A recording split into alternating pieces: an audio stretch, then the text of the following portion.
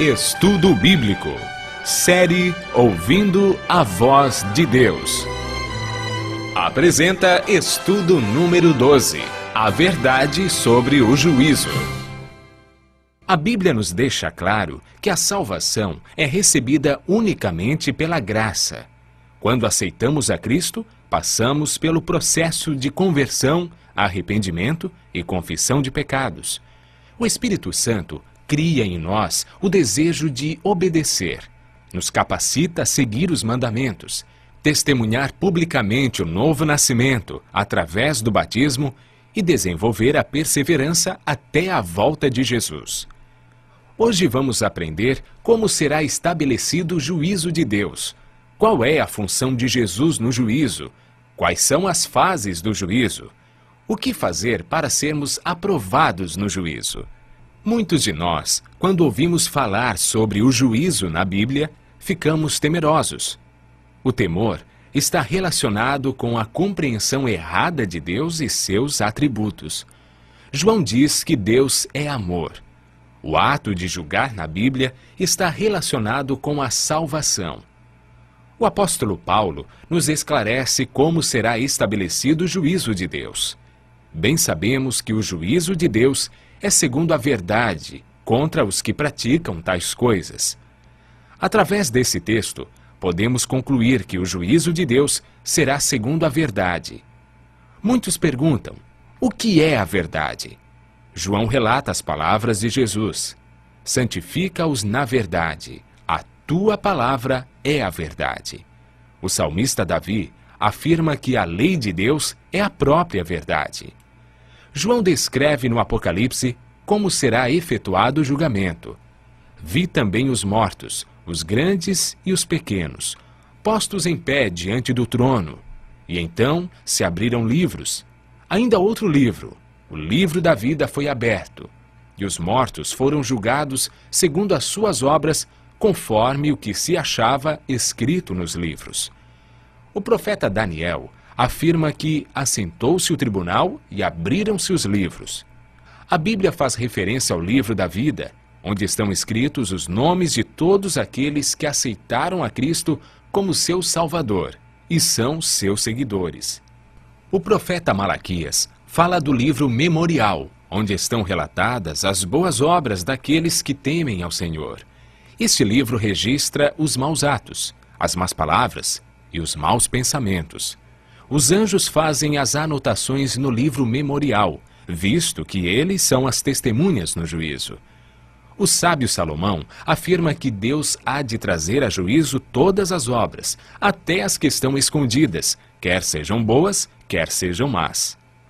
Jesus está hoje no céu, realizando o juízo de investigação dos livros e intercedendo em favor de nós perante o Pai.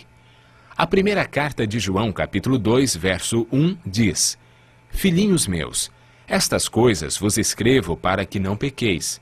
Se todavia alguém pecar, temos advogado junto ao Pai, Jesus Cristo, o justo. No juízo temos um grande advogado, Jesus, que ocupa também a função de juiz. Lemos em João capítulo 5, verso 22. O Pai a ninguém julga, mas ao Filho confiou todo o julgamento.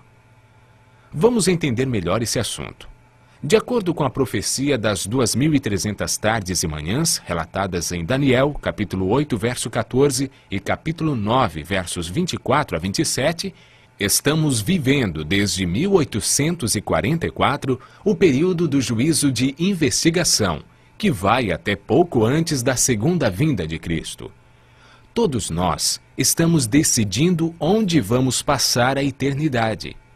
Este julgamento deve ocorrer antes da volta de Jesus, pois de acordo com Apocalipse 22, verso 12, quando ele vier, trará recompensa a cada um. Após a vinda de Cristo, se inicia a segunda fase do juízo, o juízo de comprovação, que ocorrerá no céu durante os 1000 anos, no qual os justos farão parte. Após os 1000 anos, haverá o juízo executivo, ou juízo final, onde aqueles que não aceitaram o plano de salvação receberão a triste sentença da morte eterna, e os justos viverão eternamente com Cristo e terão o novo e eterno lar. Durante o juízo de investigação, Paulo afirma que todos nós compareceremos perante o tribunal de Cristo, para que cada um receba segundo o bem ou mal que tiver feito. Em todo julgamento, precisamos de um advogado e um juiz. No juízo celestial, Jesus é o nosso advogado e juiz. Os livros que serão usados no juízo são o livro da vida e o livro memorial. As testemunhas são os anjos. O acusador é Satanás. Um aspecto muito importante a ser visto na palavra de Deus é a definição da norma ou padrão pelo qual seremos julgados. Tiago 2, verso 12 diz: falai de tal maneira e de tal maneira procedei, como aqueles que hão de ser julgados pela lei da liberdade. Viver em conformidade com a lei de Deus trará liberdade no juízo. Deus espera que cada um de nós seja aprovado no juízo. De tudo que se tem ouvido, a suma é: teme a Deus e guarda os seus mandamentos, porque isto é o dever de todo homem. Segundo aos Coríntios, capítulo 6, verso 2 afirma: eu te ouvi no tempo da oportunidade e te socorri no dia da salvação. Eis agora o tempo sobremodo oportuno.